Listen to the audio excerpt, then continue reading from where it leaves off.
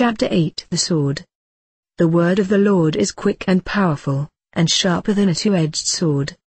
As the wand is chokmah, the will, the father, and the cup the understanding, the mother, Bina, so the magic sword is the reason, the sun, the six Sephiroth of the Ruach, and we shall see that the particle corresponds to Malkuth, the daughter.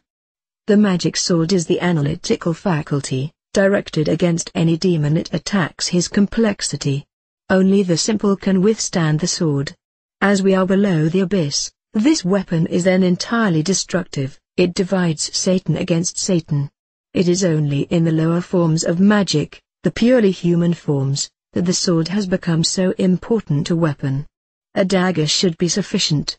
But the mind of man is normally so important to him that the sword is actually the largest of his weapons. Happy is he who can make the dagger suffice. The hilt of the sword should be made of copper. The guard is composed of the two crescents of the waxing and the waning moon, back to back. Spheres are placed between them, forming an equilateral triangle with the sphere of the pommel. The blade is straight, pointed, and sharp right up to the guard. It is made of steel, to equilibrate with the hilt, for steel is the metal of Mars, as copper is of Venus. Those two planets are male and female, and thus reflect the wand and the cup, though in a much lower sense. The hilt is of Venus, for love is the motive of this ruthless analysis. If this were not so, the sword would be a black magical weapon. The pommel of the sword is in Dath, the guard extends to Chst and Jebra, the point is in Malkuth. Some magi make the three spheres of lead, tin, and gold respectively. The moons are silver, and the grip contains quicksilver, thus making the sword symbolic of the 7 planets. But this is a fantasy and affectation. Whoso taketh the sword shall perish by the sword, is not a mystical threat, but a mystical promise. It is our own complexity that must be destroyed. Here is another parable. Peter, the stone of the philosophers, cuts off the ear of Malchus, the servant of the high priest. The ear is the organ of spirit. In analysis, the spiritual part of Malkuth must be separated from it by the philosophical stone, and then Christus, the Anointed One, makes it whole once more. Solvet coagula. It is noticeable that this takes place at the arrest of Christ, who is the Son, the Ruach, immediately before his crucifixion. The Calvary cross should be of 6 squares, an unfolded cube, which cube is this same philosophical stone. Meditation will reveal many mysteries which are concealed in this symbol. The sword or dagger is attributed to air, all-wandering, all-penetrating, but unstable, not a phenomenon subtle like fire, not a chemical combination like water, but a mixture of gases. Footnote: the oxygen in the air would be too fierce for life, it must be largely diluted with the inert nitrogen. The rational mind supports life, but about 79% of it not only refuses itself to enter into combination, but prevents the remaining 21% from doing so. Enthusiasms are checked. The intellect is the great enemy of devotion. One of the tasks of the magician is to manage somehow to separate the oxygen and nitrogen in his mind, to stifle 4/5 so that he may burn up the remainder, a flame of holiness. But this cannot be done by the sword. The sword, necessary as it is to the beginner, is but a crude weapon. Its function is to keep off the enemy or to force a passage through them, and though it must be wielded to gain admission to the palace, it cannot be worn at the marriage feast. One might say that the particle is the bread of life, and the sword the knife which cuts it up. One must have ideas, but one must criticize them. The sword, too, is that weapon with which one strikes terror into the demons and dominates them. One must keep the ego lord of the impressions. One must not allow the circle to be broken by the demon, one must not allow any one idea to carry one away. It will readily be seen how very elementary and false all this is, but for the beginner it is necessary. In all dealings with demons the point of the sword is kept downwards, and it should not be used for invocation, as is taught in certain schools of magic. If the sword is raised towards the crown, it is no longer really a sword. The crown cannot be divided. Certainly the sword should not be lifted. The sword may, however, be clasped in both hands, and kept steady and erect, symbolizing that thought has become one with the single aspiration, and burnt up like a flame. This flame is the Shin, the Ruach Alim, not the mere Ruach Adam. The divine and not the human consciousness. The magician cannot wield the sword unless the crown is on his head. Those magicians, who have attempted to make the sword the sole or even the principal weapon, have only destroyed themselves, not by the destruction of combination, but by the destruction of division. Footnote: it should be noted that this ambiguity in the word destruction has been the cause of much misunderstanding. Solve is destruction, but so is coagula. The aim of the Magus is to destroy his partial thought by uniting it with the universal thought, not to make a further breach and division in the whole. Weakness overcomes strength. The most stable political edifice of history has been that of China, which was founded principally on politeness, and that of India has proved strong enough to absorb its many conquerors. Footnote: the Brahmin caste is not so strict as that of the heaven-born Indian civil service. The sword has been the great weapon of the last century. Every idea has been attacked by thinkers, and none has withstood attack. Hence civilization crumbles. No settled principles remain. Today all constructive statesmanship is empiricism or opportunism. It has been doubted whether there is any real relation between mother and child, any real distinction between male and female. The human mind, in despair, seeing insanity imminent in the breaking up of these coherent images, has tried to replace them by ideals which are only saved from destruction, at the very moment of their birth, by their vagueness. Their will the king was at least ascertainable at any moment. Nobody has yet devised a means for ascertaining the will of the people. All conscious-willed action is impeded. The march of events is now nothing but inertia. Let the magician consider these matters before he takes the sword in his hand. Let him understand that the Ruach, this loose combination of 6 Sephiroth, only bound together by their attachment to the human will in Tifereth, must be rent asunder. The mind must be broken up into a form of insanity before it can be transcended. David said, "I hate thoughts." The Hindu says, "That which can be thought is not true." Paul said, "The carnal mind is enmity against God."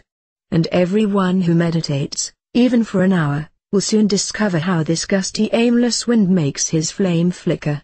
The wind bloweth where it listeth. The normal man is less than a straw. Footnote: but as it is said, similia similibus curantur, we find this Ruach also the symbol of the Spirit. Rvch Alim, the Spirit of God, is 300, the number of the holy letter Shin. As this is the breath, which by its nature is double, the two edges of the sword, the letter H symbolizes breath, and H is the letter of Aries, the house of Mars, of the sword, and H is also the letter of the mother. This is the link between the sword and the cup. The connection between breath and mind has been supposed by some to exist merely in etymology. But the connection is a truer one. Footnote: it is undoubted that Ruach means primarily that which moves or revolves, a going, a wheel, the wind, and that its secondary meaning was mind because of the observed instability of mind, and its tendency to a circular motion. Spiritus only came to mean spirit in the modern technical sense owing to the efforts of the theologians. We have an example of the proper use of the word in the term, spirit of wine, the airy portion of wine. But the word inspire was perhaps derived from observing the derangement of the breathing of persons in divine ecstasy. In any case there is undoubtedly a connection between the respiratory and mental functions. The student will find this out by practicing pranayama. By this exercise some thoughts are barred, and those which do come into the mind come more slowly than before, so that the mind has time to perceive their falsity and to destroy them. On the blade of the magic sword is etched the name Agla, a note reconformed from the initials of the sentence Atejabli Olam Adonai, to thee be the power unto the ages, O my Lord. And the acid which eats into the steel should be oil of vitriol. Vitriol is an otoricon of visita interi or ateri rectificando in venis occultum lapidem. That is to say, by investigating everything and bringing it into harmony and proportion you will find the hidden stone, the same stone of the philosophers of which mention has already been made, which turns all into gold. This oil which can eat into the steel, is further that which is written, Liber lex v. I, 16, as an acid eats into steel. So am I unto the spirit of man. Note how closely woven into itself is all this symbolism. The center of Ruach being the heart, it is seen that this sword of the Ruach must be thrust by the magician into his own heart. But there is a subsequent task, of which it is spoken, Liber 7, v. 47. He shall await the sword of the beloved and bare his throat for the stroke. In the throat is death, the throne of Ruach. Death is knowledge. This final destruction of knowledge opens the gate of the city of the pyramids. It is also written, Liber CCXX, 3, 11, let the woman be girt with a sword before me. But this refers to the arming of Vedana with Sana, the overcoming of emotion by clarity of perception. It is also spoken, Liber LX v. 14, of the sword of Adonai, that hath 4 blades, the blade of the thunderbolt, the blade of the pylon, the blade of the serpent, the blade of the phylus. But this sword is not for the ordinary magician. For this is the sword flaming every way that keeps Eden, and in this sword the wand and the cup are concealed, so that although the being of the magician is blasted by the thunderbolt, and poisoned by the serpent, at the same time the organs whose union is the supreme sacrament are left in him. At the coming of Adonai the individual is destroyed in both senses. He is shattered into 1,000 pieces, yet at the same time united with the simple. Footnote, compare the first set of verses in Liber 16. 16 in the Tarot is Mars, the sword. Of this it is also spoken by St. Paul in his epistle to the church in Thessalonica, for the Lord shall descend from heaven, with a shout, with the voice of the archangel, and with the trump of God, and the dead in Christ shall rise first. Then we which are alive and remain shall be caught up together with them into the clouds to meet the Lord in the air, and so shall we be forever with the Lord. The stupid interpretation of this verse as prophetic of the second advent need not concern us. Every word of it is, however, worthy of profound consideration. The Lord is Adonai, which is the Hebrew for my Lord, and he descends from heaven, the supernal Eden, the Shahazrarakakra in man, with a shout, a voice, and a trump, again airy symbols, for it is air that carries sound. These sounds refer to those heard by the adept at the moment of rapture. This is most accurately pictured in the tarot trump called the angel, which corresponds to the letter Shin, the letter of spirit and of breath. The whole mind of man is rent by the advent of Adonai, and is at once caught up into union with him. In the air, the Ruach. Note that etymologically the word, Greek letters here, sigma upsilon nu, together with, is the Sanskrit sam, and the Hebrew adni is the Sanskrit adi. The phrase together with the Lord, is then literally identical with the word samadhi, which is the Sanskrit name of the phenomenon described by St. Paul, this union of the ego and the non-ego, subject and object, this chimical marriage, and thus identical with the symbolism of the rosy cross, under a slightly different aspect. And since marriage can only take place between one and one, it is evident that no idea can thus be united, unless it is simple. Hence every idea must be analyzed by the sword. Hence, too, there must only be a single thought in the mind of the person meditating. One may now go on to consider the use of the sword in purifying emotions into perceptions.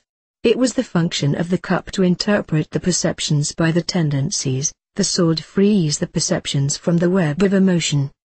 The perceptions are meaningless in themselves, but the emotions are worse, for they delude their victim into supposing them significant and true.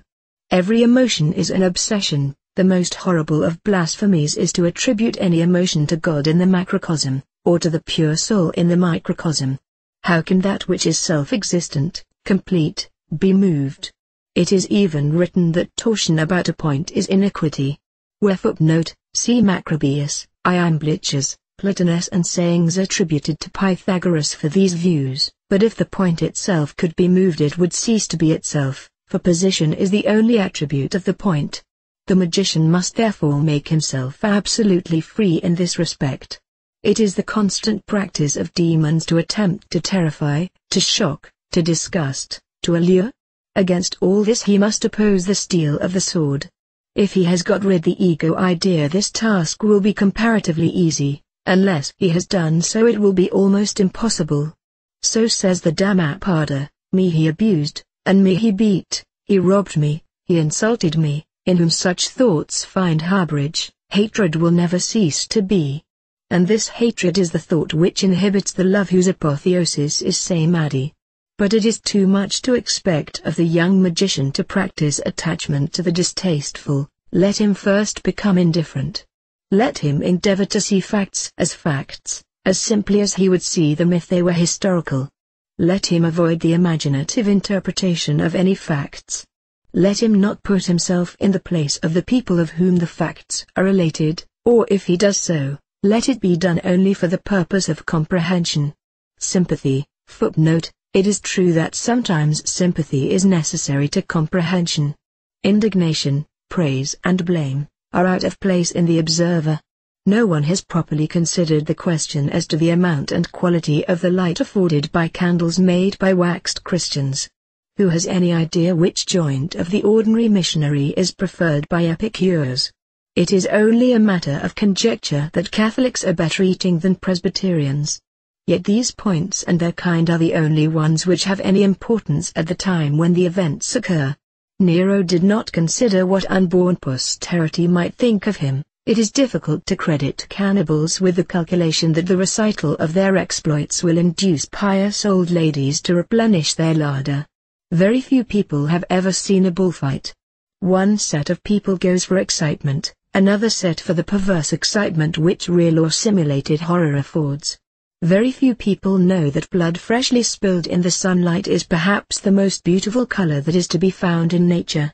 It is a notorious fact that it is practically impossible to get a reliable description of what occurs at a spiritualistic séance. The emotions cloud the vision. Only in the absolute calm of the laboratory, where the observer is perfectly indifferent to what may happen, only concerned to observe exactly what that happening is, to measure and to weigh it by means of instruments incapable of emotion, can one even begin to hope for a truthful record of events. Even the common physical bases of emotion, the senses of pleasure and pain, lead the observer infallibly to err. This though they be not sufficiently excited to disturb his mind. Plunge one hand into a basin of hot water, the other into a basin of cold water, then both together into a basin of tepid water, the one hand will say hot, the other cold.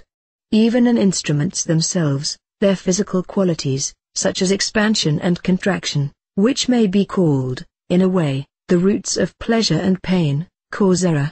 Make a thermometer, and the glass is so excited by the necessary fusion that year by year, for 30 years afterwards or more, the height of the mercury will continue to alter. How much more then with so plastic a matter as the mind? There is no emotion which does not leave a mark on the mind, and all marks are bad marks. Hope and fear are only opposite phases of a single emotion, both are incompatible with the purity of the soul. With the passions of man the case is somewhat different, as they are functions of his own will. They need to be disciplined, not to be suppressed. But emotion is impressed from without. It is an invasion of the circle. As the Dhammapada says, an ill-thatched house is open to the mercy of the rain and wind, so passion hath the power to break into an unreflecting mind. A well-thatched house is proof against the fury of the rain and wind, so passion hath no power to break into a rightly ordered mind. Let then the student practice observation of those things which normally would cause him emotion, and let him, having written a careful description of what he sees, check it by the aid of some person familiar with such sights. Surgical operations and dancing girls are fruitful fields for the beginner. In reading emotional books such as are inflicted on children, let him always endeavor to see the event from the standpoint opposite to that of the author. Yet let him not emulate the partially emancipated child who complained of a picture of the Colosseum that there was one poor little lion who hadn't got any Christian, except in the first instance. Adverse criticism is the first step, the second must go further. Having sympathized sufficiently with both the lions and the Christians, let him open his eyes to that which his sympathy had masked hitherto, that the picture is abominably conceived, abominably composed, abominably drawn, and abominably colored, as it is pretty sure to be. Let him further study those masters, in science or in art, who have observed with minds untinctured by emotion. Let him learn to detect idealizations, to criticize and correct them. Let him understand the falsehood of Raphael, of Watt, of Leighton, of Bouguer. Let him appreciate the truthfulness of John, of Rembrandt, of Titian, of O'Connor. Similar studies in literature and philosophy will lead to similar results. But do not let him neglect the analysis of his own emotions, for until these are overcome he will be incapable of judging others.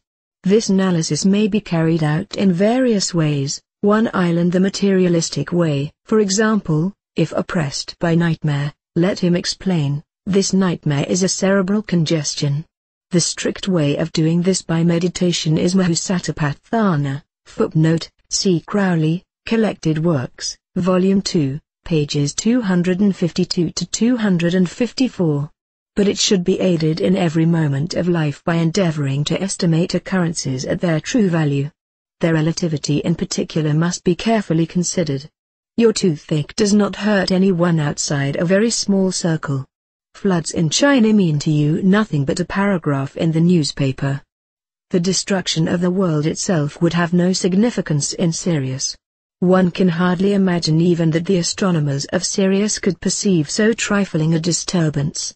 Now considering that Sirius itself is only, as far as you know, but one, and one of the least important, of the ideas in your mind, why should that mind be disturbed by your toothache? It is not possible to labor this point without tautology, for it is a very simple one, but it should be emphasized, for it is a very simple one. War. War. War. War. War. In the question of ethics it again becomes vital, for to many people it seems impossible to consider the merits of any act without dragging in a number of subjects which have no real connection with it. The Bible has been mistranslated by perfectly competent scholars because they had to consider the current theology. The most glaring example is the Song of Solomon, a typical piece of Oriental eroticism. But since to admit that it was this would never do for a canonical book, they had to pretend that it was symbolical. They tried to refine away the grossness of the expressions, but even their hardihood proved unequal to the task. This form of dishonesty reaches its climax in the expurgating of the classics. The Bible is the Word of God, written by holy men, as they were inspired by the Holy Ghost. But we will cut out those passages which we think unsuitable. Shakespeare is our greatest poet, but, of course, he is very dreadful. No one can surpass the lyrics of Shelley, but we must pretend that he was not an atheist. Some translators could not bear that the Han Chinese should use the word Shang-Ti, and pretended that it did not mean God. Others, compelled to admit that it did mean God, explained that the use of the term showed that God had not left himself without a witness even in this most idolatrous of nations. They had been mysteriously compelled to use it, not knowing what it meant. All this because of their emotional belief that they were better than the Chinese. The most dazzling example of this is shown in the history of the study of Buddhism. The early scholars simply could not understand that the Buddhist canon denies the soul, regards the ego as a delusion caused by a special faculty of the diseased mind, could not understand that the goal of the Buddhist, Nibbana, was in any way different from their own goal, heaven, in spite of the perfect plainness of the language in such dialogues as those between the Arat Nagasena and King Milinda, and their attempts to square the text with their preconceptions will always stand as one of the great follies of the wise. Again, it is almost impossible for the well-mannered Christian to realize that Jesus Christ ate with his fingers. The temperance advocate makes believe that the wine at the marriage feast of Cana was non-alcoholic. It is a sort of mad syllogism. Nobody whom I respect does this. I respect so-and-so. Therefore, so-and-so did not do this. The moralist of today is furious when one points to the fact that practically every great man in history was grossly and notoriously immoral. Enough of this painful subject. As long as we try to fit facts to theories instead of adopting the scientific attitude of altering the theories, when necessary, to fit the facts, we shall remain mired in falsehood. The religious taunt the scientific man with this open-mindedness, with this adaptability. Tell a lie and stick to it. Is their golden rule. Diagram on this page, the sigillum demeth particle, taken from the version in the Equinox. This caption below, the sigillum demeth, a particle made by Dr. John D.